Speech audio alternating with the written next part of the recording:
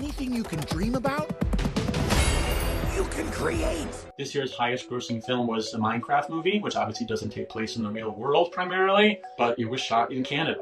The new Jurassic World movie was shot primarily in the UK. The last Avatar sequel, that was shot primarily in New Zealand. All of those countries offer really generous tax incentives that just make it much more economical to shoot there than it usually is to shoot in the US. President Trump wants to bring movie making back to the U.S. We should have a tariff on movies that come in. Trump has proposed a 100% tariff on movies made abroad in response to the lucrative tax incentives other countries have used to lure movie production away from Hollywood. The move rattled American movie and TV studios, which were already facing headwinds from streaming and rising labor costs.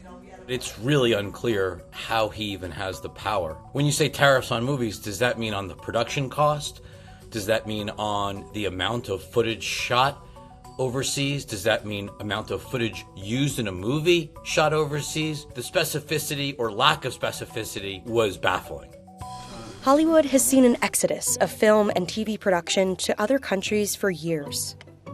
The money spent on productions in the U.S. with budgets of more than $40 million fell 26% in 2024 from 2 years earlier, according to research firm ProdPro. Production is no longer just done in Hollywood like it was in ages past. So similarly to the auto industry, right? Like you may have some parts manufactured in one country and the car is actually assembled some other place.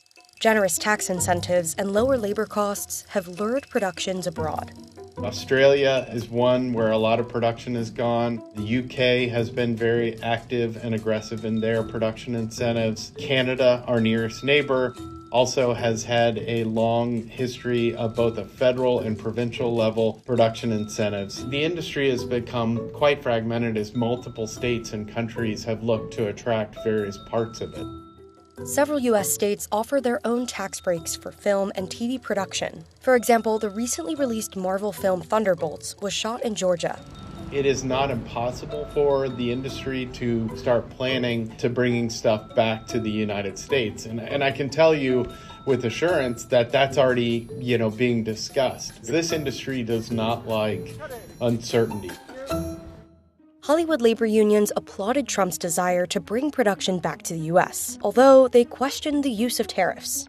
So we're going to meet with the industry. I want to make sure they're happy with it because we're all about jobs. I think what most people in Hollywood would prefer to see is for the U.S. to offer tax incentives for productions here that are competitive with the UK, Canada, and other countries. Hollywood is worried that any tariffs imposed by Trump could lead to a trade war involving movies, which would really be a disaster because most big budget movies make the majority of their revenue overseas. The fastest way to kill Hollywood would be to make it more expensive to produce, and clearly producing in the U.S. is extremely expensive versus overseas, which is why so many productions have gone overseas. If there was a federal tax incentive, that would go a long way towards shifting production from overseas back into the U.S., especially if you attack the foreign tax incentives. That's a really interesting idea, but a tax incentive plan is extremely different than putting a tariff of 100% on all foreign productions. But I certainly think this was an idea the president floated, has realized very quickly how impractical it is, and my guess is it will be a severely watered down or disappear completely.